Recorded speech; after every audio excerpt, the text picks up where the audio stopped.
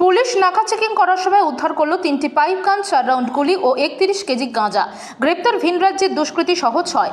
জোর সাফল্যের পরের দিন আরও বড় সাফল্য পেল অশোকনগর থানা। মঙ্গলবার ভোররাতে দিঘিরঘাট কচুয়া রোডে মেনা মাঠ এলাকায় নাকা চেকিং করার সময় একটি প্রাইভেট গাড়ি দেখে সন্দেহ হলে তল্লাশি চালিয়ে গাড়ির ভেতর থেকে উদ্ধার হয় একটি বস্তা। তার মধ্যে ছিল 31 কেজি গাঁজা ও 6 জনকে আটক করে তল্লাশি চালালো। উদ্ধার হয় 2টি পাইপ গান ও 4 রাউন্ড গুলি।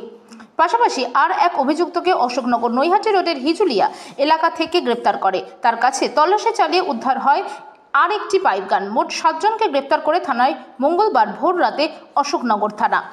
গাঁজা পাচারকারী 6 জনকে 14 দিনের পুলিশ হেফাজত চেয়ে বারাসাত আদালতে পেশ। পাশাপাশি পৃথক ঘটনায় আর একজন গ্রেপ্তার, তাকে 8 দিনের পুলিশ হেফাজত চেয়ে মঙ্গলবার বারাসাত আদালতে পেশ করে পুলিশ।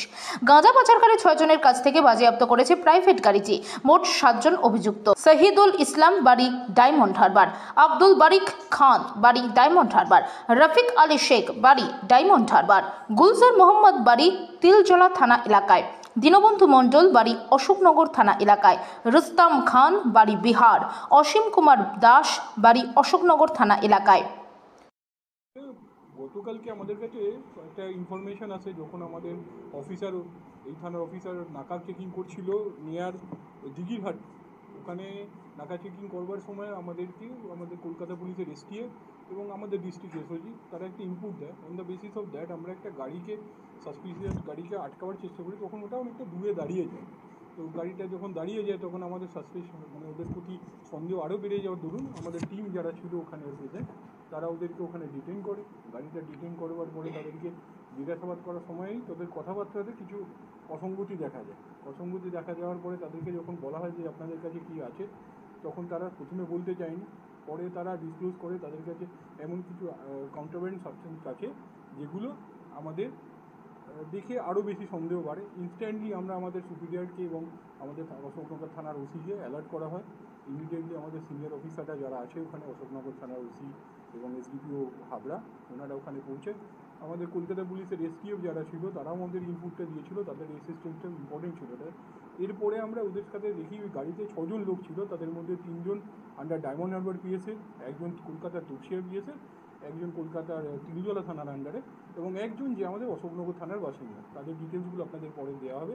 তাদেরকে সার্চ করার পরে অলমোস্ট 30 কেজিস মতো একটা সাবস্টেন্স পাওয়া যায়, যেটা তারা নিজেরাই ডিসক্লোজ করে। এটা হচ্ছে গাঁজা আছে, যেটা আমরাও ভেরিফাই করছি এবং সেগুলোকে আমরা ওখানে এসওপি মেনটেন করে সিজ করা। এরপর তাদেরকে যখন আমরা ফার্দার চেক করি, তাদের কাছ থেকে 2খানা কান্ট্রিমেড আর্মসও পাওয়া যায় এবং 4 রাউন্ড গুলিও পাওয়া যায়।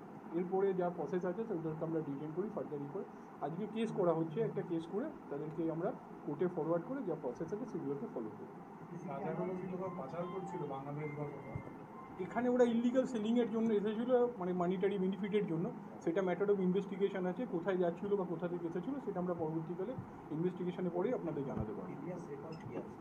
যেটুকু আমরা খবর পেয়েছি এবং কলকাতা পুলিশ এবং আমাদের অন্যান্য কাউন্টার পার্ট যারা আছে তাদের সাথে কথা বলে যেটা আমরা ক্লিয়ার হতে পেরেছি, এই যে 8 জন কলকাতা থেকে স্পেশালি আছে 2 জন এবং ডায়মন্ড হারবারের আছে এবং আমাদের যারা আছে, এদের প্রত্যেকেরই কম বেশি বিভিন্ন জায়গায় প্রিভিয়াস কেস আছে। এরা ক্রাইম এগেন্স্ট প্রপার্টি এবং এই জাতীয় আর্টিকেলের সাথে, মানে সেলিং এবং স্টোরিংয়ের রিলেটেড এদের আগেও কোনো কেস আছে। এটা আমরা পেয়েছি প্রিলিমিনারি ইনভেস্টিগেশনে এবং আমরা আরও তদন্ত করে দেখছি এবং যে থানায় আগে অ্যারেস্ট হয়েছে সেখান থেকে ডাটা কালেক্ট করে ফার্দার প্রসেসগুলো আমরা করব।